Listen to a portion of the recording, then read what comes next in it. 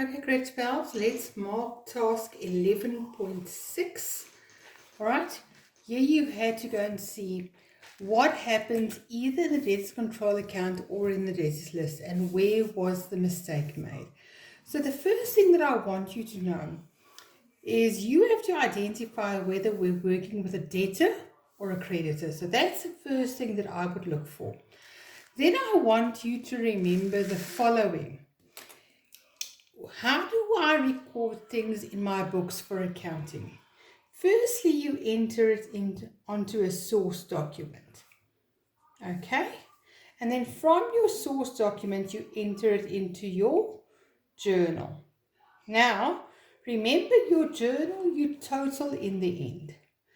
And that total you post to your general ledger. Now remember the general ledger, that'll be your debtors control account and your creditors control account. All right? But these individual transactions that you have in your different journals, that you enter into your debtors ledger or debtors list and into your creditors ledger. All right, so you don't post totals there, but individual transactions. So why am I saying this? If you know where you made the mistake, it makes it easier. Let's say I never entered the source document. I left it out there. Then that means I'll have to enter it into my ledger and into my control account. Let's say I totaled incorrectly. Then that means in the journal it was correct, but just my total is wrong. Then I only corrected in my general ledger. All right, let's say I only made the mistake when I posted to my debtors or creditors ledger. Then that'll be the only place where I have to fix it. Okay, so if I know what my accounting cycle is, how I enter my transactions, it makes this work easier. All right, so let's see. The first one says, if I look on my book on page 437, remember I've got my balances, and you can see over here, these balances has been filled in for me already. But then, number 1 says, a credit sale of 101 has been recorded in the DJ but was not posted to the individual debtors account. So it's in the journal, in other words, it's in the general ledger, but not in his debtors ledger. But now you must remember, when we sell on credit, that debtor will owe me more. And that's why I will add it to the list where it was left out. Number 2, a credit sale of 320 has not been recorded in the DJ. Now, I'm saying this has not been recorded at all, so it was left out. That means I have to enter it in both.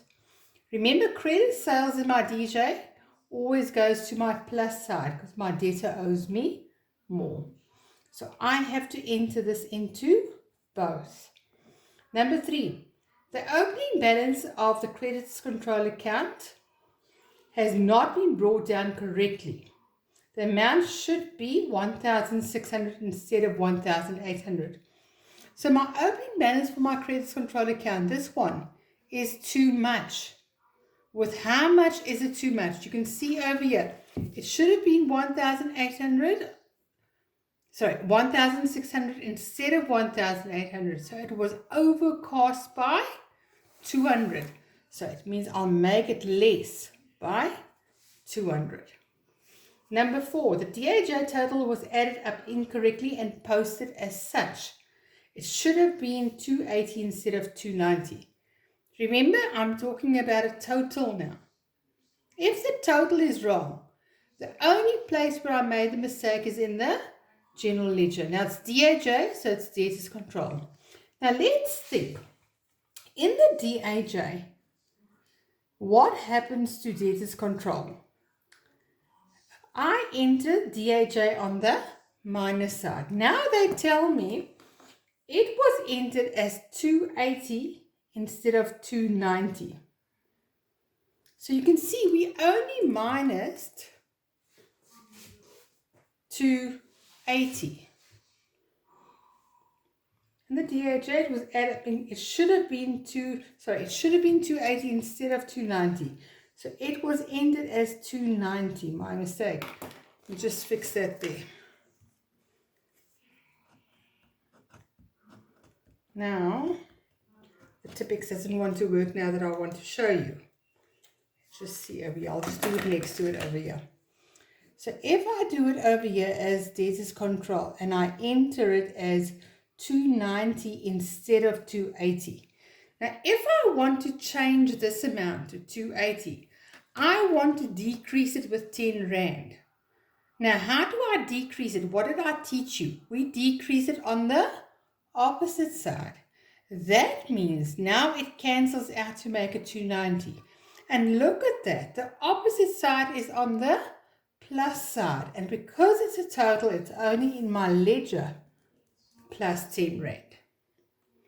Number 5, stock returned to a supplier, a creditor, was not recorded in the journal. So it was left out completely. Means we have to enter it in both. Now think about this. When we return stock to a supplier, we will owe them less. So in both of them, we're going to minus the 195. My next one, number 6. A discount of 50 Rand allowed by a supplier was omitted in the relevant journal. All right, we allow discount, all right, to our debtor, but this was allowed by a supplier, and that tells me it's a creditor. So the creditor allowed the discount to us. So if I look at this, it wasn't entered at all, left out of the journal completely. Discount makes the account less. So we're going to have minus 50 in both. Number 7, a discount of 35 Rand allowed to a debtor was recorded in the relevant journal, but was not posted to his account. So it's in the journal, totaled correctly, but in his personal account, that's the ledger, it was not recorded.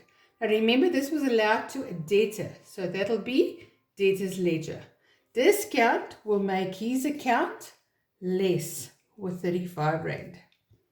Number 8, discount allowed of 20 Rand, which was granted an RD check, has not been cancelled.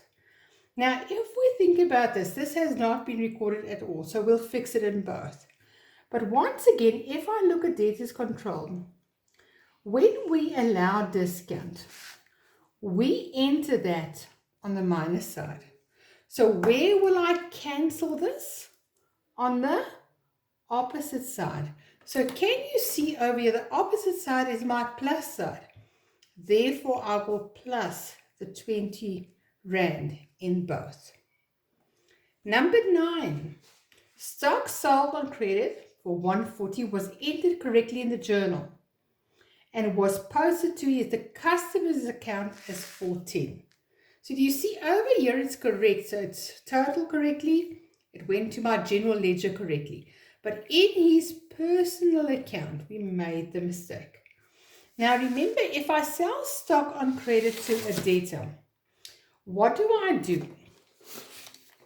Once again, if I show you over here, a debtor's control account. Let's do it over here, number 9. What I always do, I start with the incorrect entry. Stock sold on credit for 140 was entered correctly in the journal, but it was posted to his account as 410. So the wrong entry is the 410. Now we want this amount to be 140. That means I have to decrease it. Where do I decrease it? Opposite side. So now I say 410 minus 140 gives me this answer, 270. So can you see if I look at that and I do that calculation, 410 minus 270, it cancels out to be the correct amount of 140. All right, so that 270 is on the minus side. Now remember, it's in his personal account, so only on the debtors list. Number 10, a debtor whose account was written off previously was located. He paid back the 130 that he owed, but the bookkeeper wrongly entered it into the debtors controller column into the CRJ. Now that's completely wrong. All right. If you look at 10, when we write off his debt, we go and enter it on the minus side. So if I go and enter this 130 there again as a payment, I actually minus his account with 130 twice. That's why this is wrong. So to correct this error, I put it on the opposite side. And my opposite side is on the plus side. Now remember, we have to enter it in both. Plus 130. Plus 130. All right, number 11. Stock purchased on credit from a supplier Arbel & Co. 540 was posted incorrectly to the account of Albert & Co. Right now, we are talking about a creditor. So, in Arbel & Co., we purchased goods on credit. So, therefore, we had the 540 there. But it was entered incorrectly. So, therefore, we take it out of the wrong account and put it into the correct account. So, with this one, in the end, it'll be into their personal account where they made the mistake. Plus 540 minus 540. In other words, net effect would be 0. Do you have to show that 0? Yes, you do. Number 12, the debtors list was undercost by 160. Now, what's the meaning of the word undercost? Too little. So if it's too little, it means I'm going to make it more with 160.